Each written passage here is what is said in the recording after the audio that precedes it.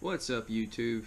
My name is Tucker. Welcome back to AutoScribe, and I hope everyone had a wonderful Thanksgiving yesterday or whenever you're watching this video. And I want to hope everybody's being safe on their Black Friday shopping.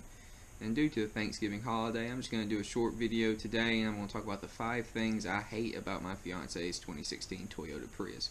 Now, overall, it's a great car, and before anybody starts hating on me, these are all just subjective complaints. And you may like what I don't like, and that's perfectly fine. Every man is own. But the first thing I don't like is the size of the car. And I know it's supposed to be a smaller car, but I said these are just subjective complaints. I'm a fairly tall guy, and it's just the leg room and the head room is just not enough for me. You know, my head hits the ceiling if I'm in the passenger seat and I'm not slouching down. And when I drive, the seat almost goes back far enough for me to be comfortable driving, but it needs like one more little click on the manual pushback, and then it would be good. But other than that, you know, that is also a subjective thing. Smaller people, women, smaller men, maybe even some taller guys, they may just be okay with it. But me personally, just one of my complaints. The second thing I would have to complain about is the shape of the car. Now, I know smaller cars are a little, they try to push them together, but to me it just makes it looks like they tried too hard to make a Camry along the longer version of the car, and it's like they just kind of like took a press and just kind of squished until it was a Corolla, which is all fine. It's just some people like that. It's better looking than a Prius by far, but it's just too eggy to me. It's too eggy. Now, I do like the front bumper. The front bumper on the new Toyotas, very bueno. I like it. I like it a lot. But the other thing I'd have to complain about is the manual. When you can shift it over to manual mode and you can use the paddle shifters, it upshifts really well. I love the upshift, but the downshift, I don't know if I'm doing it wrong, but I mean, I've drove a lot of those bump shift or paddle shift cars, and this downshift on this transmission it's jerky no matter what you do.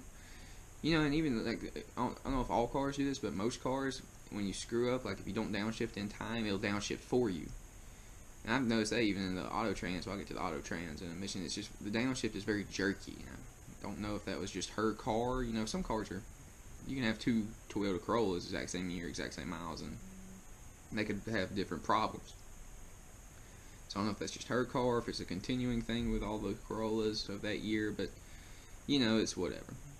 Now the third thing would be, or the fourth thing would be the auto trans. I hate the automatic transmission. It doesn't shift till it gets like 6,000 RPMs, and it's a hard shift, and it's just, to me, for the car, for the Toyota name brand, that transmission is just horrible. I hate the transmission, the automatic transmission. Now the upshift on the manual I do enjoy, but you know, I like manual cars, so it just be a subjective to me only. And the last thing is the thing I probably hate the most about the car. It's a 2016 Toyota Corolla Sport. And when you hit the sport button, nothing happens. And you know, I've had a few cars with a sport button. When you hit those sport buttons, you can immediately tell you hit the gas pedal and it's taking off. Even if it's not a lot of takeoff, it's still, you get some takeoff with it. And in the Corolla, you don't. You hit the sport and nothing changes. The gas pedal doesn't feel lighter like I believe it should. It doesn't feel faster. The takeoff is no different. It's just kind of like, oh, we're just going to put a button in here, and when you hit it, the light's going to flash on the dashboard that says sport, and you're going to feel fast. Well, I kind of feel like that was the only reasoning for it, and I've had a couple people that have driven it. They agree with me. The sport on the Corolla doesn't do shit.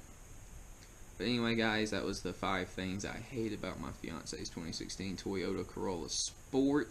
As always, I hope you have a wonderful day. I hope everybody had a wonderful Thanksgiving. Please like and subscribe to the video, and be safe on your Black Friday shopping. Until next time, this is AutoScribe out.